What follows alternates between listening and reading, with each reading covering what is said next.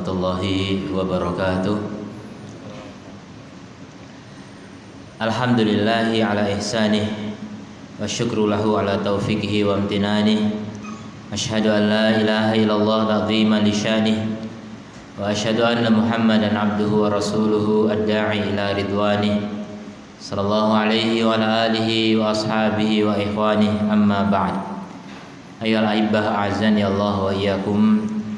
Alhamdulillah, kembali kita bisa lanjutkan bacaan dari kitab Fathur Rabbil Bariyah bi Talkhisil Hamawiyah karya Syekh Muhammad bin Shalih Al-Utsaimin rahimahullahu taala.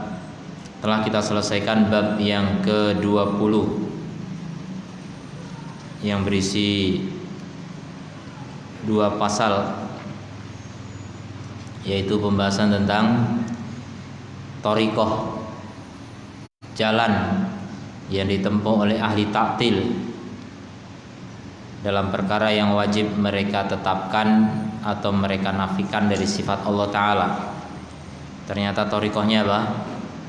Akal semata. Mereka bisa menolak ayat atau menolak hadis ketika bertentangan dengan akal mereka atau sebagian mereka. Kemudian juga telah kita bahas tentang konsekuensi dari thariqah ahli ta'til ini, mengandung beberapa konsekuensi yang batil. Maka konsekuensi batil ini menunjukkan kepada kekeliruan atau kesesatan thariqah yang mereka tempuh.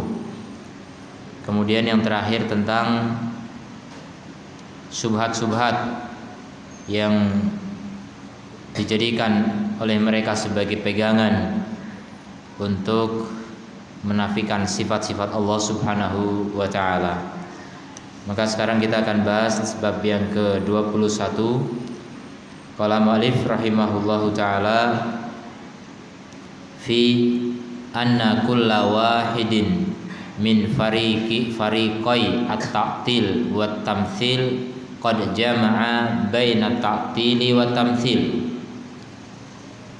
Bab 21 tentang bahwa setiap masing-masing dari 2 kelompok ta'til dan tamtsil, masing-masing dari 2 kelompok yaitu ta'til dan tamtsil, dua-duanya mengumpulkan ta'til dan tamtsil. Dua-duanya mengumpulkan ta'til dan tamtsil. Gimana maksudnya? Jadi ahli ta'til, di mana mereka menolak nama atau sifat Allah, mereka juga melakukan tamtsil. Demikian juga sebaliknya ahlu tamtsil, yang mereka menyerupakan sebagian sifat Allah, mereka juga melakukan ta'til. Jadi 2 kelompok ini masing-masing melakukan ta'til dan tamtsil sekaligus. Ta'til dan tamtsil sekaligus. Ini juga sebagai bukti lagi bahwa kesesatan itu memang mengumpulkan banyak kesesatan. Sekali sesat tetap sesat, ya, sekali keliru tetap keliru, kecuali mereka mau kembali kepada thariqah ahlus sunnah wal jamaah, kembali kepada thariqah Rasulullah sallallahu alaihi wasallam dan para salafus saleh, yaitu para sahabat, tabi'in dan tabi'ut tabi'in yang setia meniti jalan sahabat radhiyallahu anhum. Qala al-mu'attil, ahli ta'til, huwa man nafa syai'an min asma'illahi aw sifatihi kal jahmiyati wal mu'tazilati wal asy'ariyati wa nahwihim. Mu'attil atau ahli ta'til, mereka adalah orang-orang yang menafikan nama-nama Allah atau sifat-sifatnya, seperti Jahmiyah, Mu'tazilah, Asy'ariyah dan lain-lain. Itu 3 yang paling populer: Jahmiyah, Mu'tazilah, Asy'ariyah. Yang paling banyak penggemarnya yang ketiga, Asy'ariyah. Banyak orang-orang yang mengikuti paham Asy'ariyah mengaku sebagai ahlu sunnah wal jamaah. Dan banyak sekali orang awam yang tertipu dengan itu, dikira itu memang ahlu sunnah wal jamaah, padahal sama sekali mereka tidak meniti jalannya para sahabat radhiyallahu anhum. Karena ahlu sunnah wal jamaah yang hakiki adalah mereka yang setia mengikuti sunnah dan jamaah. Sunnah yaitu thariqahnya Nabi SAW, al-jamaah yaitu sahabat radhiyallahu anhum. Itulah hakikat dari ahlu sunnah wal jamaah. Masih sangat banyak kaum muslimin yang tidak tahu apa itu ahlu sunnah wal jamaah, tapi ngaku kami ahlu sunnah wal jamaah. Kadang disingkat aswaja atau dengan singkatan yang lain, yang jelas mereka mengaku ahlu sunnah wal jamaah. Coba ditanya, memang kayak apa ahlu sunnah wal jamaah? Ya, ahlu sunnah wal jamaah itu yang kalau subuh itu pakai kunut, kalau niat itu pakai usolli, kalau ada kematian tahlilan. Mereka begitu. Sebagian mereka mengira begitulah ahlu sunnah wal jamaah. Ini sangat naif, sangat tidak sesuai dengan hakikat dari ahlu sunnah wal jamaah itu sendiri. Tidak ngerti apa itu ahlu sunnah, apa itu al jamaah, tapi berani mengklaim sebagai ahlu sunnah wal jamaah. Maka hal ini tentu akan menipu orang-orang awam, orang-orang yang memang tidak pernah ngaji, yang cuma ikut kegiatan-kegiatan ritual tertentu, seremonial tertentu, yang mereka menjadikan agama ya hanya seremonial. Mereka sholat kadang-kadang males, mereka Jumatan saja jarang, Ramadan juga belum tentu puasa, boro-boro pergi haji atau umroh, apalagi jihad fisabilillah. Mereka kaum muslimin banyak yang seperti itu, malas menjalankan syariat Islam, tapi ngaku sebagai ahlu sunnah wal jamaah. Gimana cirinya? Rajin tahlilan. Aneh kalau itu sebagai ciri. Jadi ini nyata ya di kampung saya sendiri. Jadi saya pakai cerita yang asli betul ada gitu, nggak cuma katanya. Saya alami sendiri. Di kampung kami itu orang sholat sedikit. Ada masjid tidak dipakai untuk sholat kecuali maghrib, itu pun kadang-kadang. Sejak saya kecil, begitu alhamdulillah Allah berikan hidayah sunnah ketika saya kelas 3 SMA, akhirnya saya upayakan untuk saya hidupkan ketika pulang kampung. Kebetulan SMA sudah kos gitu, jadi jarang ke kampung. Kalau pulang saya adzan, mungkin ada yang datang, nggak ada yang datang, ya sudah. Mungkin yang datang jin, mungkin nggak tahu. Soalnya sebelahnya kuburan. Jadi sendiri, betul sendiri. Udah. Beberapa lama, akhirnya ada satu pemuda datang. Nah itu ngobrol-ngobrol, akhirnya bisa paham. Oh begini ya Islam, iya. Ngerti sudah, alhamdulillah ngerti sunnah.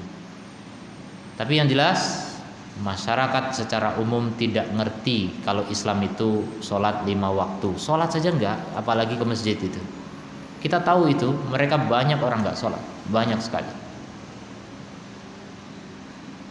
Tapi giliran ada orang mati, wajib ain hukumnya untuk mengadakan tahlilan. fardu ain. Kalau nggak datang bisa dicemooh banyak orang, dibully, bisa diusir dari kampung. Ibaratnya gitu. Jadi acara ritual setelah kematian lebih penting daripada acara ketika hidup. Mereka ketika hidup nggak sholat, tapi giliran sudah mati minta disolati. Keluarganya minta didatangi, didoakan. Masalah dulu nggak sholat ya udah nggak apa-apa. Yang penting sekarang pas sudah mati didoakan nanti biar masuk surga. Begitu agama. Begitu agama. Ya di kampung saya, nggak tahu di kampung antum atau di kota antum mungkin sangat berbeda ya. Kalau kampung saya memang primitif mungkin. Seperti itu. Boro-boro Islam Salafi, Islam biasa-biasa saja. Maksudnya Islam yang cuma sholat gitu aja masih aneh di kampung gitu. Apalagi yang kemudian anti tahlilan, anti bid'ah gitu. Makin bingung ini Islam kok gitu. Luar biasa ya. Nah masyarakat sejahil itu. Dan itu saya kira nggak cuma di tempat saya. Ya saya tahu juga di tempat lain juga mirip-mirip kurang lebih. Bahkan ada yang lebih parah. Kalau di kampung kami tahlilan ya cuma dzikir, kemudian ada baca yasin atau yasinan gitu kan. Kemudian doa, kemudian makan-makan selesai. Di sebagian kampung yang lain yang masih dekat dengan budaya Hindu atau Buddha, tidak sekedar begitu. Tapi harus ada sesaji, harus ada menyembelih hewan tertentu untuk leluhur, dan itu nyata juga. Dan sampai sekarang itu bukan dulu saja ya. Sekarang ini saya nggak pernah lagi ke kampung memang. Udah orang tua hijrah, udah jarang ke sana. Yang jelas banyak masih orang seperti itu, dan itu di Jawa. Saya nggak bayangkan di tempat yang lebih primitif lagi gitu, di pedalaman hutan mana gitu, atau di pulau mana. Jadi ini menunjukkan kenyataan bahwa banyak orang yang berislam tapi tidak tahu Islam. Boro-boro Islam Salafi, boro-boro kembali kepada salafus saleh, kembali kepada sahabat, kembali kepada kiai yang ada sekarang saja masih banyak yang anti dengan itu. Ibaratnya di Indonesia ini kalau tiba-tiba muncul gerakan PKI anti Islam masih laris, masih laku. Masih ada orang-orang yang anti Islam. Hobi Islam masih banyak. Ya begitulah kondisi masyarakat kita. Maka benar-benar dakwah sunnah ini, dakwah salaf ini merupakan perkara yang masih sangat dianggap tabu, masih dianggap asing. Sebagian kalangan menganggap itu budaya Arab. Kalau Islam Indonesia ya harus begini, mengikuti kearifan lokal. Jadi jangan dirubah ini kearifan lokal. Itu Islam radikal nggak usah diikuti. Begitu, ya, masih banyak. Tapi di sisi lain ya kita bersyukur masih ada dai-dai sunnah, dan bahkan tidak cuma ada, semakin banyak alhamdulillah. Sejak saya mengenal sunnah dulu tahun 97 ya. Berapa tahun? 23 tahun kurang lebih ya, lebih dikit. Dulu saya nggak kenal LC, belum kenal. Apalagi MA, apalagi doktor. Hari ini banyak alhamdulillah, masya Allah. Mereka orang-orang yang belajar ke luar negeri, entah dari Saudi, entah dari Mesir, entah dari Sudan, entah dari berbagai daerah, pulang membawa gelar LC, MA, doktor dan lain-lain, yang mengenal sunnah tentu, yang mengajarkan sunnah, yang anti bid'ah, anti torekoh dan sebagainya. Alhamdulillah makin banyak. Hari ini banyak. Saya pun udah nggak bisa ngitung lagi dokter di Indonesia yang mengajarkan sunnah berapa, udah nggak bisa ngitung. Banyak. Kemudian yang nggak bergelar juga banyak. Entah itu dari Yordan, saya kenal kawan-kawan lulusan Yordan. Kemudian dari Yaman, paling banyak Yaman. Kemudian dari Mesir juga. Yang non gelar ada mulazamah di markas-markas para masyayikh di Mesir seperti Syekh Abu Ishaq Al-Huwaini, Syekh Mustafa Al-Adawi dan lain sebagainya. Alhamdulillah mereka pulang dan berperan di masyarakat. Sebagian mereka tidak sedikit kemudian memiliki pesantren-pesantren banyak, ya. Kemudian bahkan udah ada perguruan tinggi banyak. Dirintis di berbagai kota, provinsi rata-rata sudah mulai ada. Ya, sangat banyak. Ini sungguh perkembangan yang menggembirakan. 20 tahun yang lalu belum ada. Dan sekarang pun peminat untuk kemudian belajar ke luar negeri dari anak-anak pesantren kita banyak sekali. Tapi yang namanya kuota tetap terbatas. Ya, nggak bisa dibeli itu kuotanya, ya. Beda dengan kuota internet. Jadi ini semuanya perkembangan yang menggembirakan, yang tentu kita semuanya sangat bersyukur dengan itu. Dan lebih dari itu kita juga harus mendukung. Kalau tidak bisa dengan ilmu, kalau tidak bisa dengan badan, kalau tidak bisa dengan harta, minimal dengan doa-doa. Antum ikut bergabung dalam kafilah dakwah sunnah Rasulullah SAW. Dan itulah kemuliaan. Hidup ini tidak ada artinya kalau kita tidak membela agama Allah Subhanahu wa ta'ala. Apalah arti hidup kalau ternyata hidup hanya membawa aib, hanya membawa dosa, hanya membawa masalah, hanya merepotkan orang lain, hanya menjadi beban. Untuk apa hidup? Jadilah orang itu yang bermanfaat bagi siapapun. Jadilah orang itu yang menggali ilmu, mengamalkan ilmu, mengajarkan ilmu kepada setiap orang yang kita jumpai, siapapun. Apa peran kita bagi Islam? Apa sumbangsih kita untuk Islam, agama Allah yang menjamin kebahagiaan dunia dan akhirat, yang manusia sudah banyak meninggalkannya. Tanasar rijalu min dzikriha, banyak rijal-rijal laki-laki yang sudah mulai melupakan Al-Quran, As-Sunnah, Aqwalus Salaf. Sangat banyak itu. Maka kalau bukan kita yang ikut andil untuk kembali mengajak mereka semua kaum muslimin kepada sunnah, siapa lagi? Apakah kita rela hanya menjadi penonton tanpa ada keinginan untuk bergabung dengan kafilah yang barokah itu? Dan luar biasa, ya, perkembangan dakwah ini luar biasa. Masya Allah, alhamdulillah. Segala puji bagi Allah. Kalau Allah berkehendak terhadap sesuatu, Allah tinggal katakan kun, maka jadilah. Jangan merasa putus asa, jangan merasa minder ketika penentang-penentang dakwah sunnah itu ada, bahkan banyak. Maka itu justru semakin menguatkan tekad kaum muslimin ahlu sunnah wal jamaah. Karena apa? Dengan adanya penentang-penentang itu semakin membuktikan bahwa kita berada di atas al-haq. Kenapa? Karena tidak ada satu nabi pun yang berdakwah kemudian tanpa penentang. Semuanya pasti ada penentangan, ada hadangan, ada rintangan, ada halangan dan lain sebagainya yang dilakukan oleh setan-setan dari jin dan manusia. Maka teruskan kafilah dakwah, teruslah antum ikut andil dalam dakwah ini. Semoga Allah memberikan barokah kepada kita semuanya.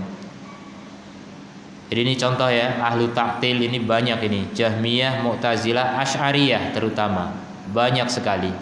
Dan sulit sekali orang membedakan mana Asy'ariyah, mana ahlu sunnah wal jamaah, karena sudah dianggap sama. Katanya kalau ahlu sunnah wal jamaah itu syaratnya harus Asy'ariyah atau Maturidiyah. Kalau tidak itu bukan ahlu sunnah wal jamaah. Ini populer di Nusantara, nggak cuma Indonesia, Nusantara, ya, termasuk Malaysia, Brunei, Singapura dan sebagainya. Kemudian yang kedua al-mumatsil.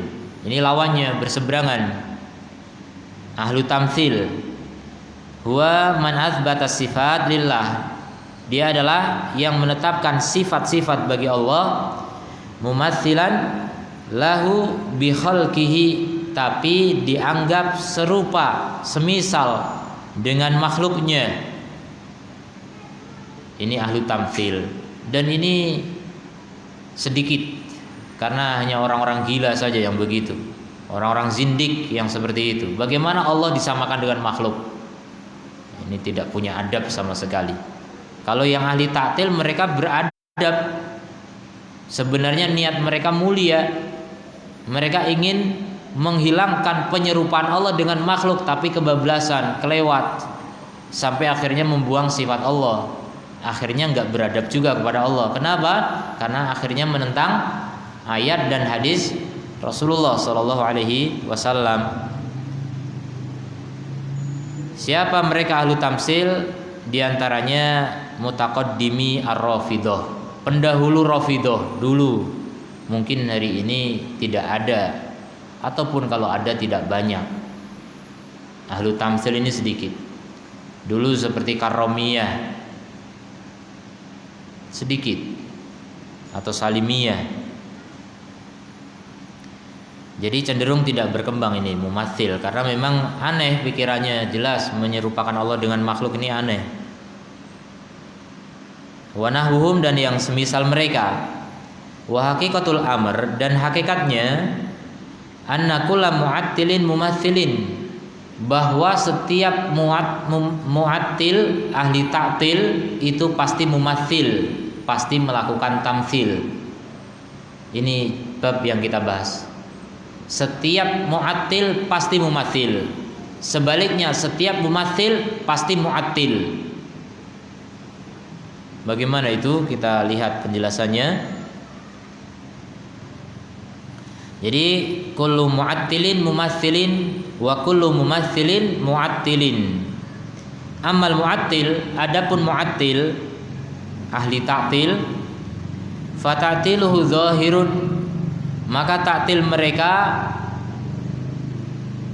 jelas ya, namanya juga ahli ta'til, karena mereka suka mentaktil sehingga disebut ahli ta'til. Sebagaimana ahlu sunnah karena suka dengan sunnah, sebagaimana al-jamaah karena suka dengan al-jamaah, yaitu para sahabat radhiyallahu anhum. Jadi orang itu dinamai dengan kesukaannya, ya. Orang itu dinamai dengan apa yang terkhusus baginya. Ahlu itu artinya khosoh, ya. Jadi beda dengan ahli dalam bahasa Indonesia ya. Kalau ahli mesin ya berarti dia pakar dalam bidang mesin, gitu. Tapi kalau ahli sunnah nggak harus pakar dalam bidang sunnah, nggak harus. Ini bedanya bahasa Arab dengan bahasa Indonesia. Kalau ahli dalam bahasa Indonesia itu diserap dari bahasa Arab juga, tapi berubah, bergeser. Banyak ya, semua kata serapan dari bahasa asing itu rata-rata mengalami pergeseran makna, jauh atau dekat. Jadi tidak sama persis dengan bahasa aslinya. Makanya tidak sedikit orang tersesat memahami agama ini gara-gara mereka memahami istilah-istilah dalam ayat atau hadis dengan bahasa serapan yang sudah masuk ke Indonesia. Salah paham. Memahami ikhlas saja banyak kaum muslimin salah.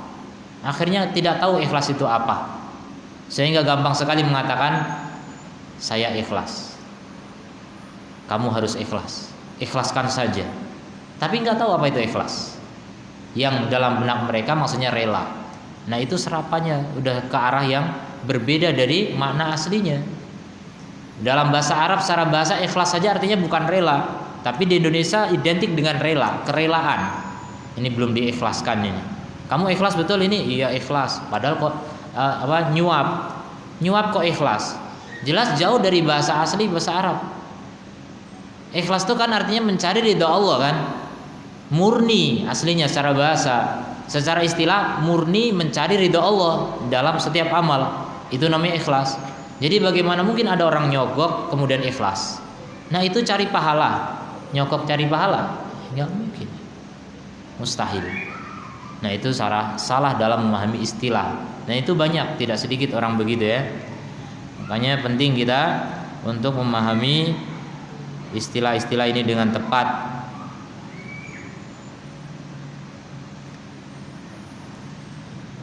Jadi mu'attil ahli ta'til mereka dohir, jelas dohir. Namanya juga ahli ta'til karena mereka suka mentaktil. Wa amma tamtsiluhu, terus adapun mereka mentamsil,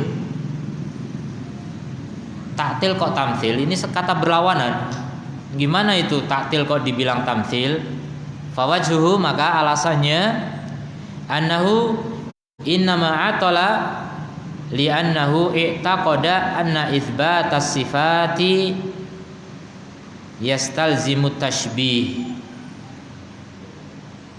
bahwasanya mereka ketika mentaktil, menolak sifat Allah, li'annahu, karena mereka meyakini bahwa penetapan sifat-sifat itu berkonsekuensi tasbih. Tasbih mirip dengan tamsil.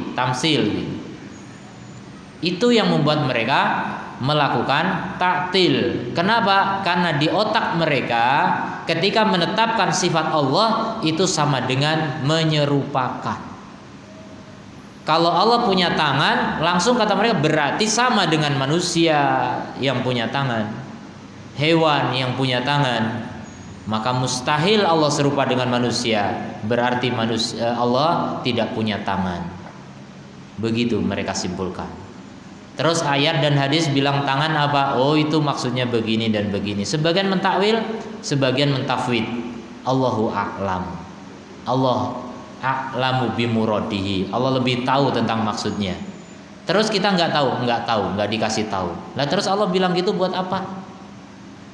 Ya, konsekuensinya mereka akan mengklaim Quran ini kata-kata yang nggak dipahami.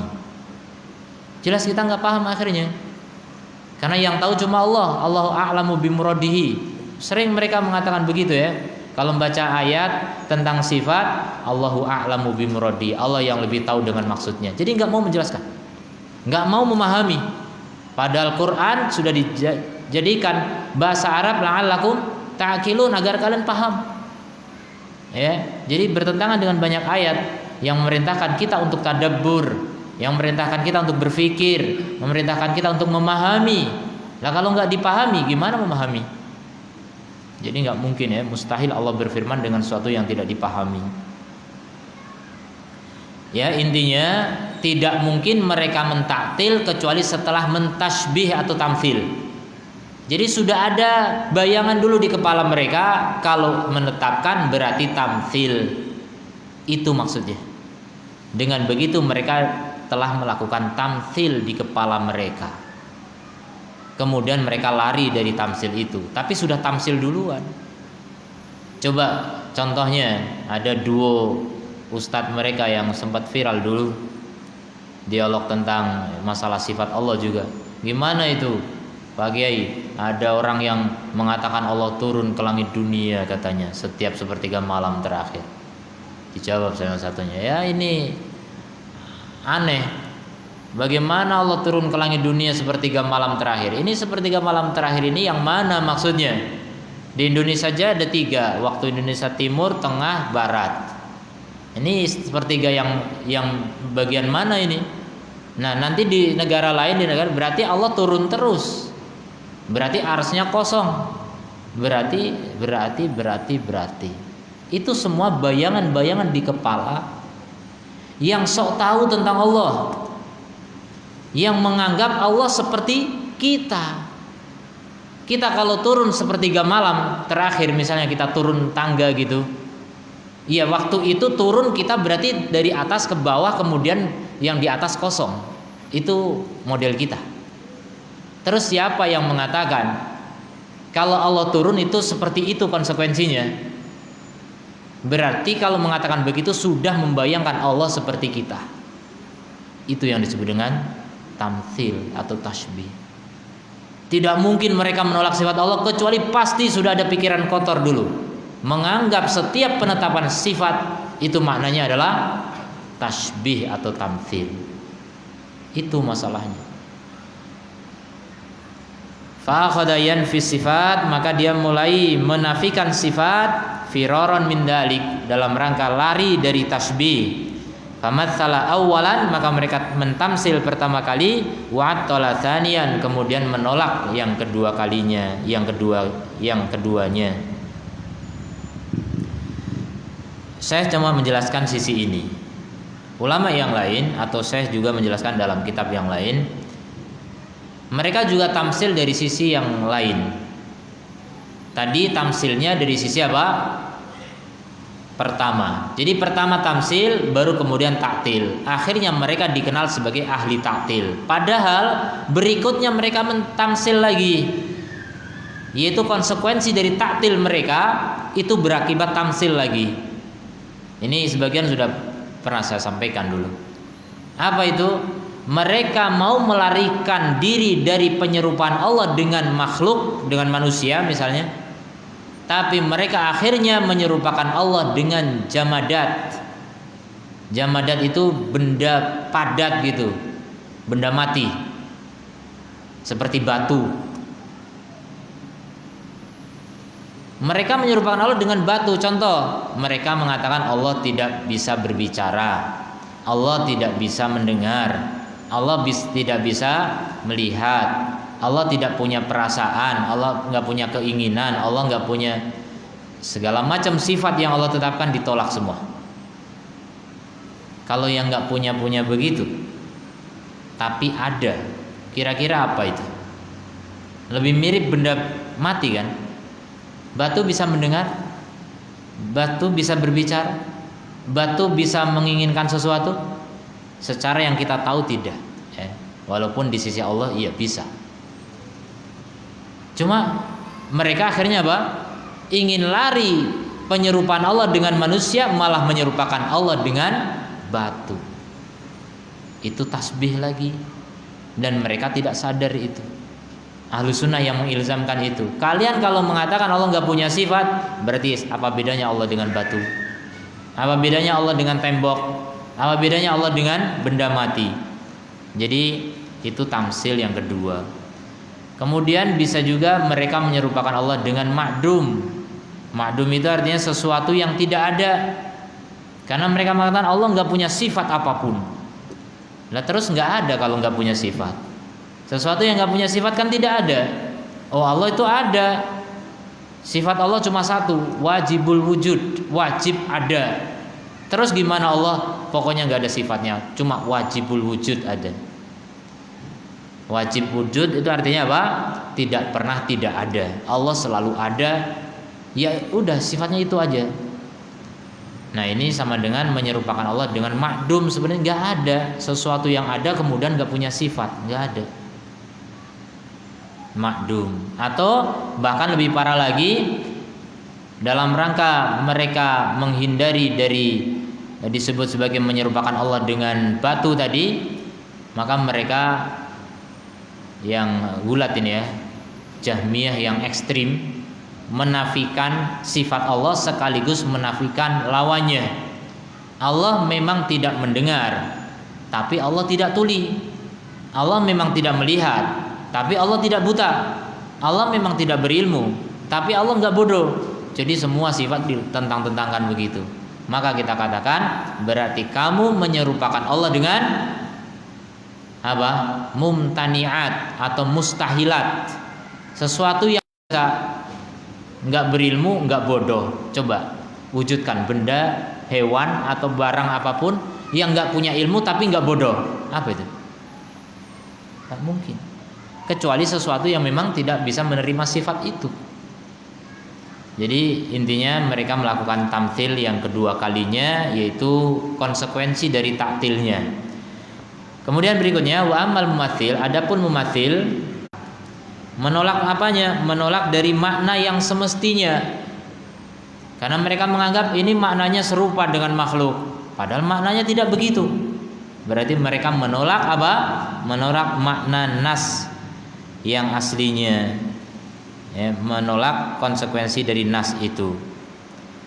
Itu yang pertama. Yang kedua, anahu idza matsalallahu bi khalqihi, kalau dia menyerupakan Allah dengan makhluknya, faqad atala kullu nasin, berarti dia telah menolak semua nas yang menunjukkan ala nafsi musyabah, nafyi musyabahatihi, yang menunjukkan atas penafian penyerupaan Allah dengan makhluknya. Seperti misalnya laisa kamitslihi syai'un, tidak ada yang semisal Allah sesuatu pun. Ini enggak kepake, mereka berarti menolak ayat ini. Nah, menolak itu namanya ta'til. Atau walam yakul lahu kufuwan ahad, ini juga ditolak. Tidak ada yang sekufu dengan Allah sesuatu seorang pun. Atau hal ta'lamu lahu samia, apakah kamu tahu bagi Allah persamaan? Ini juga tidak dipakai. Berarti mereka menolak ayat-ayat itu. Itu namanya ta'til ayat. Kemudian yang ketiga, anau idza matsalallahu bi khalqihi, bahwasanya kalau dia menyerupakan Allah dengan makhluknya, faqad attalahu an kamalihil wajib, berarti dia telah mentaktil Allah dari sifat sempurna yang wajib bagi Allah. Ya, kalau sama dengan makhluk kan nggak sempurna lagi, makhluk itu nakis. Berarti mereka menolak sifat sempurna yang ada pada Allah Ta'ala. Haitsu syabbaha Rabb al-kamil, karena mereka menyerupakan Allah yang sempurna, min jamil wujud, dari segala sisi, diserupakan dengan makhluk yang nakis, yang banyak kekurangan. Jadi ada 3 ya. Kalau tadi mu'attil itu mumatsil ada 2, ya, muqaddimahnya sama natijahnya, hasilnya. Kalau mumatsil itu mu'attil dari 3 sisi. Yang pertama menolak makna ayat, yang kedua menolak ayat-ayat yang berisi penafian tasbih, yang ketiga menolak sifat Allah yang sempurna. Akhirnya mereka menjadi mu'attil, menolak. Sampai di sini ada pertanyaan?